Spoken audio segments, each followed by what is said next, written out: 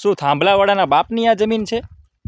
ખેડૂત બિચારા રાતથી મહેનત કરે, શિયાળામાં ઠરથી ઠંડીમાં પાણીમાં પડે, ઉનાળામાં તડકાની મહેનત કરીને મજૂરી કરીને રૂપિયા કમાય, પોતાના છોકરાઓનું ભરણ પોષણ કરે, પોતાના પરિવારનું ભરણ પોષણ કરે.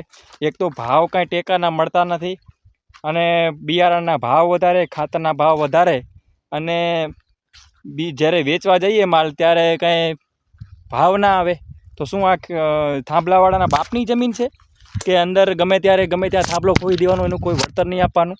તમને ખબર છે જમીનો જાળવવા માટેથી અમારા બાપ દાદા પૂર્વજો કેટલી મહેનત કરીને મરી ગયા છે? તો મિત્રો, ખરેખર આ જે દમન થઈ રહ્યા છે ને એકદમ ખરાબ છે. અને આ ખેડૂતોની જમીન છે, કોઈના બાપની જમીન નથી કે કોઈ અધિકારી હોય, કોઈ પણ કક્ષાનો અધિકારી હોય, કોઈના બાપની આ જમીન નથી. આપણી જમીન છે, આપણે મહેનત કરી છે. આને બચાવવા માટે થઈને આપણા ગઢિયાઓ ભૂખે મરી ગયા. આ જમીનો બચાવવા માટે થઈને અમુક વિસ્તારના લોકો 500 1000 કિલોમીટર દુષ્કાળમાં જતા હતા મજૂરી કરવા માટે. સમજ્યા ને? ખેડૂત બિચારો રાતની મહેનત કરે. મને અત્યારે પણ યાદ છે કે મારા દાદા મને કહેતા હતા કે જ્યારે દુષ્કાળ પડ્યા ને ત્યારે અમે કાઠિયાવાડમાં જતા હતા અને ત્યાં વાડીઓ ખોદતા હતા. 200 250 ફૂટ, 350 ફૂટ જેવા કૂવા ખોદતા હતા. કાળી મજૂરી કરીને આ જમીન સાચવી છે.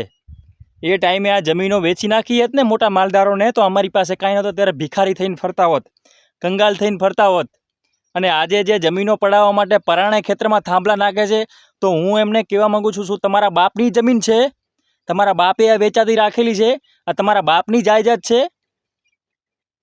તો તમે ખેડૂતો ઉપર દમન કરો છો. કોક ભગવાનથી ડર રાખો. રૂપિયા જ કમાવા છે દુનિયામાં. રૂપિયા ભેગા કરીને તમારે એક દિવસ તો એ જ માટીના ઢગલામાં જવાનું છે. તો ભગવાનનો તો ડર રાખો. કોકની આંતરડી દુખાવો છો તો તમને શરમ નથી આવતી? તમામ જવાબદાર તંત્રના તમામ અધિકારીને હું કહેવા માગું છું, તે ગમે ત્યારે ખેડૂતો ઉપર દમન કરવા બેસી જાઓ છો.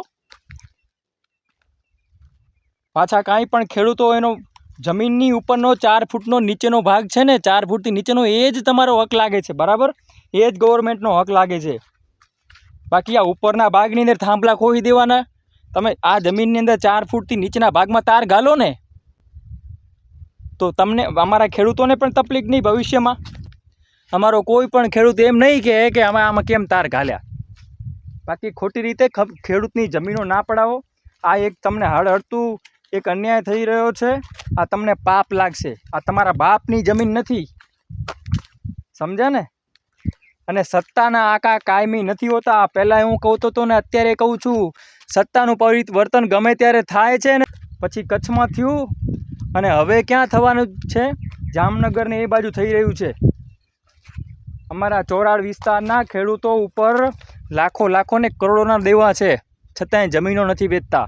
આ એનું રોજીવિકા છે, એની રોટી છે. આ એના છોકરાઓને સાચવીને એના છોકરાઓને ભણાવવા માટેનો આ રસ્તો છે. હવે અમારે એક જ આખા વર્ષમાં એક પાક આવે છે જીરુનો, શિયાળાનો. એમાંય તમે એમ કહો કે તમારી જમીનોમાં અમે થાંભલા નાખશું. એટલે શું તમે બળજબરી થાંભલા ઘાલી દેવાના? બળજબરી તાર હાંકવાના? એટલે અમારી જમીન તો જતી રહે, અમે એ જમીનનો કાંઈ પછી ઉપયોગ ના કરી શકીએ? પહેલાં તો મારા આ બધા ફ્રેન્ડ સર્કલને કહું છું, વિડીયોને શેર કરો. આ વિડીયોને જેટલો બને એટલો શેર કરો. દરેકની ફેસબુક ને દરેકના ઇન્સ્ટાગ્રામમાં છે ને આ વિડીયો હોવો જોઈએ. દરેકના ફેસબુકના પ્રોફાઇલો પેજો એના ઉપર આ વિડીયો શેર કરો, જેથી હોવો જોઈએ. બધાને ખેડૂતોને ખબર પડી જોઈએ કે આ શું થઈ રહ્યું છે. પરાણે થાંભલા ઘાલી જાય. પાછા આપણે કહીએ એટલે કે જાઓ કોર્ટમાં જાઓ, હાઈકોર્ટમાં જાઓ, જ્યાં જવું હોય ત્યાં જાઓ. આ દેશના અધિકારીઓ કોર્ટ અને જજનું પણ નથી માનતા. સ્ટે ઓર્ડર લઈ આવીએ છીએ છતાંય કે તમારા ખેતરમાં થાંભલા ઘાલશું. પહેલાં તો હું તમને કહી દઉં કે સૌને જય મુરલીધર, જય જવાન, જય કિસાન, જય સંવિધાન. આ દેશે મને, આ ભારત દેશે મને બોલવાનો હક આપ્યો છે ને, એટલે અમારો મંતવ્ય રજૂ કરી રહ્યો છું. અમારો બોલવાનો હક છે ને, એ તમારી સમક્ષ બોલી રહ્યો છું. બરાબર? આ દેશનું બંધારણ બાબા સાહેબ આંબેડકરે જે લખ્યું છે ને, એ બંધારણ એ મને બોલવાનો હક આપે છે, એટલે હું બોલી રહ્યો છું. આ કોઈના બાપની જાગીરી નથી, કોઈની માલિકીની જાગીરી નથી. સમજ્યા ને? એટલે આ જમીન ઉપર કબજો કરતા પહેલાં હજાર વિચાર કરી લેજો 17 વાર. મિત્રો, આ વિડીયોને એટલો શેર કરો કે દરેક ફેસબુક ઉપર આ વિડીયો હોવો જોઈએ તમારી.